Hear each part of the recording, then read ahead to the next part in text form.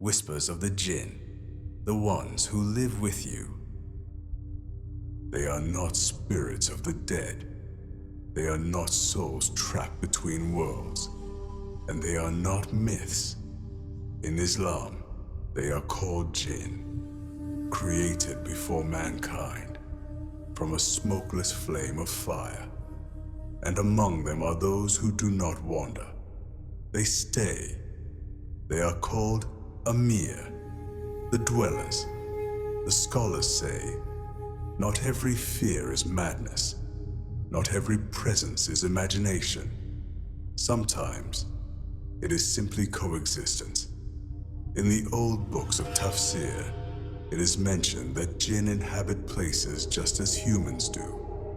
Homes, ruins, markets, wells, bathrooms, and places where Allah's name is forgotten.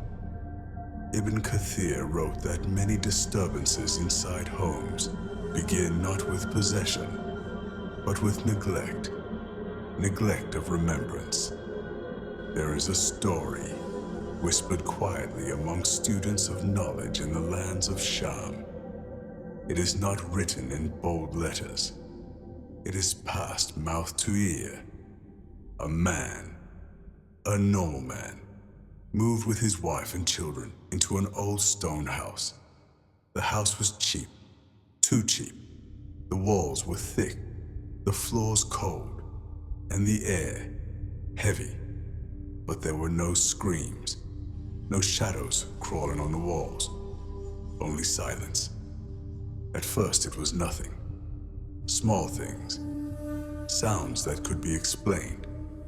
A creak at night, a soft thud from the upper floor. Old houses make noise. That's what he told himself. Then came the children. Children see what adults ignore. They spoke to someone, not playfully, respectfully.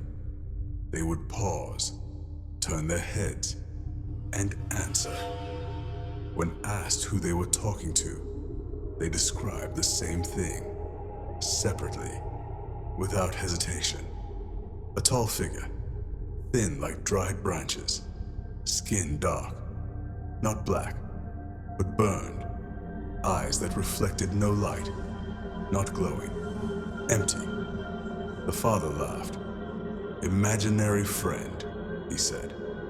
But in Islam, there is a warning. Do not dismiss what children see at night, because children are not veiled the way adults are.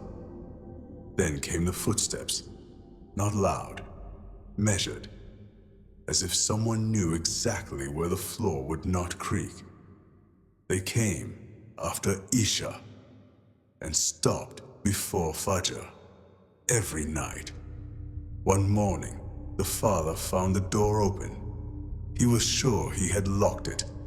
Another night, he smelled something strange, like burnt hair, like old smoke trapped in cloth. But the moment that broke him was the whisper. He was awake, fully awake. He heard his name, not called, whispered, from the corner of the room, the corner where shadows did not align with the light. Islam teaches something important here.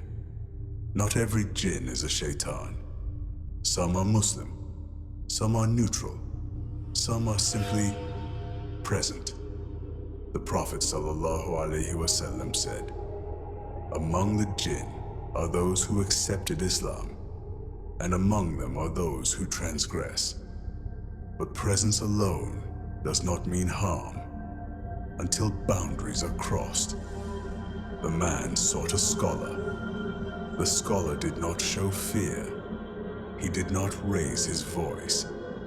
He asked one question only. Do you mention Allah when you enter your home?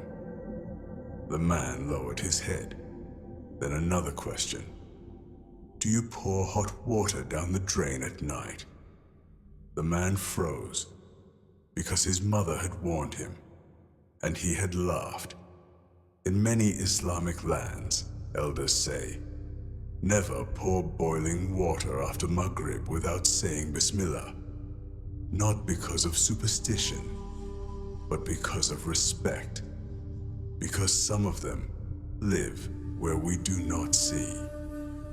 The scholar explained, some Jinn live alongside humans quietly.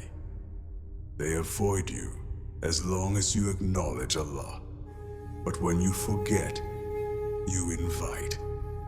He gave him instructions, not rituals, not magic, protection.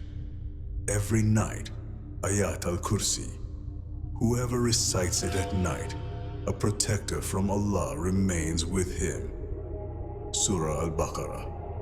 Shaitan flees from a house in which it is recited. Saying Bismillah when entering, saying Bismillah before sleeping. Never cursing what cannot be seen. Never speaking to the unseen, because communication is permission. The man followed everything. Slowly, the footsteps stopped. The whispers faded. The children no longer spoke to the corner. But the house was never empty again. It felt occupied, as if something had stepped back, not expelled, just reminded. Because some Jinn do not attack. They do not possess. They do not scream. They simply exist until humans forget that they were never alone. And this is why the Prophet ﷺ taught us to say Bismillah before eating, before entering, before sleeping. Because remembrance is not just worship, it is protection. And when the whispers return, it is often not because they came closer, but because we stepped away. If this story unsettled you, then it did what it was meant to do. These are not tales for entertainment alone. They are reminders. Reminders of a world that exists alongside ours. Unseen, uninvited, but very real. If you wish to hear the next whisper, follow this path. Subscribe to the channel. Turn on notifications. Because some stories should not be missed, and some warnings only come once. And if you felt something during this story, not fear, but awareness, leave a like. It helps these stories reach those who need to hear them. We do not exaggerate. We do not invent. We narrate what has been reported, what has been experienced, and what has been warned against. Until the next whisper, remember, say Bismillah before you sleep. The night listens.